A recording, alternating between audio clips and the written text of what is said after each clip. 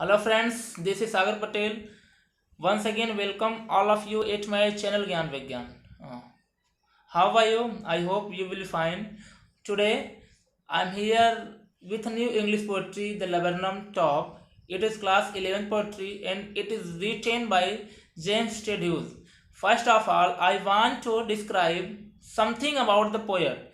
James Ted Hughes was an English poet. The viewers and readers have considered him one of the best, one of the great poet of the 20th century because he had made a special contribution to the English poetry.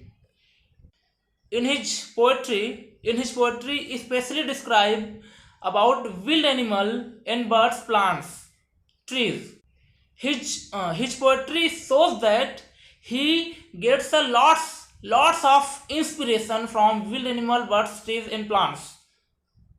Here is a poem, The Laburnum Top, just like it. The laburnum is a sign of trouble in life, the symbol of trouble in life. It is very inspiration poem.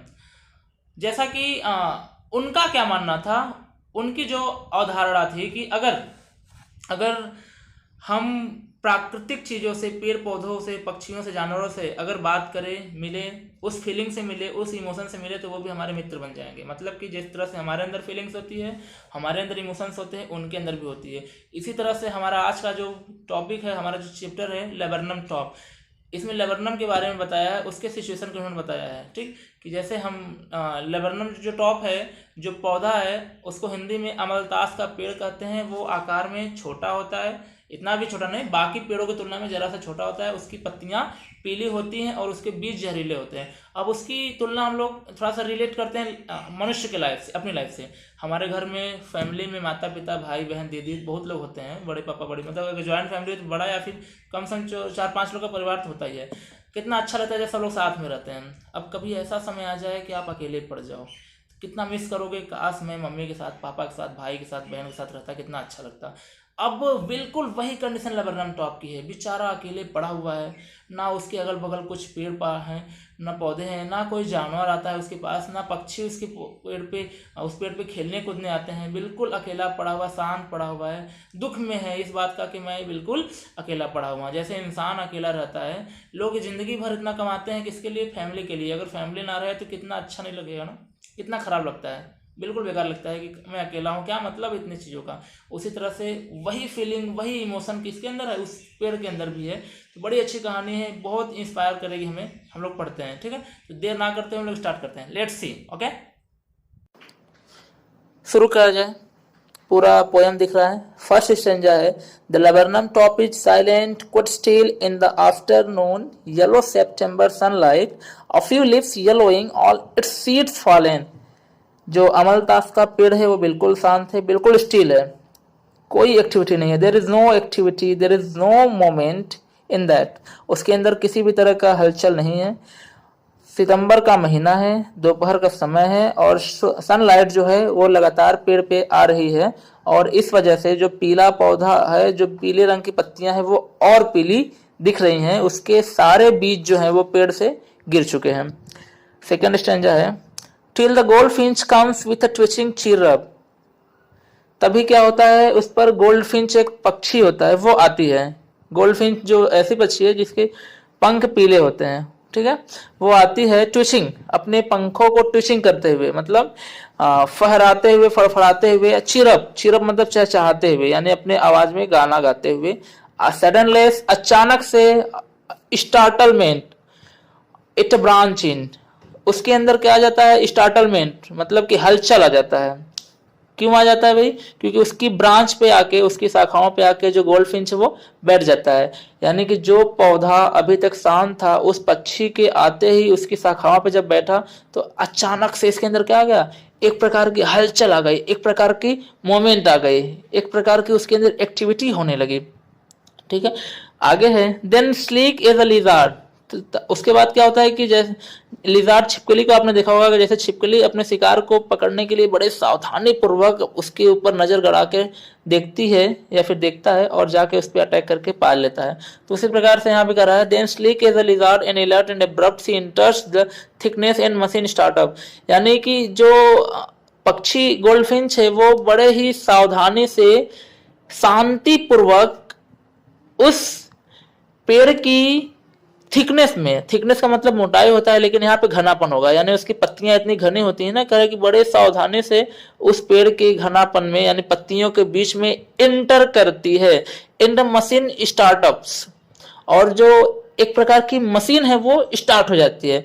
अब पेड़ पे तो machine आएगा नहीं, यहाँ पे आप compare कीजिए या फिर कभी ने करके रखा है कि जो मशीन है उसकी तुलना उसके बच्चों की आवाजों से की है। मतलब कि जैसे कि आप भी जब कभी भी बाहर से आओगे तो सबसे पहले आपके मुंह से क्या निकलेगा, मम्मी कहाँ है। एग्जैक्टली यही होता है, मैक्सिमम लोग के साथ यही होता है कि मम्मी कहाँ है। तो वो भी क्या कि जब उस पर उसके बच्चे अपनी मम्मी को देखते हैं, यानी गोल्डफिंच के जो बच्चे हैं अपनी मम्मी को देखते हैं, तो वो भी क्या करने लगते हैं, खुशी से अपना गाना गाने लगते हैं, पंखों को फड़फड़ाने लगते हैं। तो उस मशीन की आवाज है, ये नहीं कि कोई यंत्र की बात हो रही है। ठीक है, आगे है। अब वो मशीन किस चीज का है, देखिए भाई, of chittering and tremor of wing. मैं बोला था चीटरिंग मतलब चहचहाने की आवाज, ठीक है, पंखों को फड़फड़ाने की आवाज, इन सब आवाजों में जो मशीन है उन लोग का स्टार्ट हो जाता है।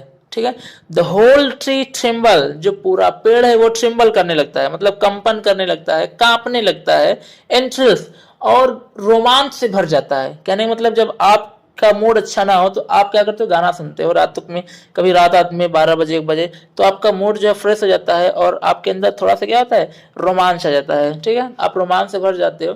तो उसी तरह से जो पेड़ है बिल्कुल जो शांत था, इतनी ज्यादा मूवमेंट उसके अंदर होने लगी। क्यों? क्योंकि अब उसमें उसके पेड़ पे आवाजें होने लगी, खेलने कूदने लगे, बच्चे खुश थे। ठीक है, अपनी माँ को देख के अपना गा रहे थे, पंखों को फड़फड़ा रहे थे। इन सब चीजों से वो भी रोमांच से क्या हो जाता है, भर जाता है। आगे देखिए, it is the engine of our family. अब जो ये गोल्डफिंच है वो अपने परिवार के लिए एक इंजन का काम है। जैसे एक गाड़ी है, जैसे ट्रेन से आप रिलेट करो, ट्रेन की बोगी है उनकी बच्ची और इंजन है गोल्डफिंच। बिना इंजन का उस बोगी कोई मतलब नहीं होता, उन डिब्बों का कोई मतलब नहीं होता है। तो इस तरह से कह रहा है कि it is the engine of our family, वो अपने परिवार के लिए एक इंजन है, वो अपने परिवार के लिए क्या है, इंजन है। आगे है, सी स्टॉक्स इट फुल। अब क्या करती है वो, ईंधन को भर देती है, यानी इंजन को चलने के लिए परिवार, इंजन को चलने के लिए ईंधन चाहिए होता है, फ्यूल चाहिए होता है। उसी तरह परिवार के लिए खाने पीने के लिए भोजन चाहिए होता है। तो भोजन, ईंधन का मतलब भोजन, यानी वो अपने परिवार के लिए भोजन लेकर आती है पर्याप्त मात्रा में, फुल कर देती है, मतलब खूब अपना खिलाती पिलाती है अपने बच्चों को। खिलाने पिलाने के बाद क्या करती है, then flood out to a branch in, एक शाखा से दूसरे शाखा, दूसरे शाखा से तीसरे शाखा पे वो बार बार क्या करती है, अपना इधर उधर करती है, उड़ती है। ठीक है, उड़ती है। सोविंग हर बैरेड फेस आइडेंटिटी मास्क, अपने बैरेड फेस को, मुखौटाधारी या फिर धारीधार, धारीधार, मुखौटाधारी नहीं, धारीधार, यानी उसके चेहरे पे धारी लाइंस है उसकी बात हो रही है।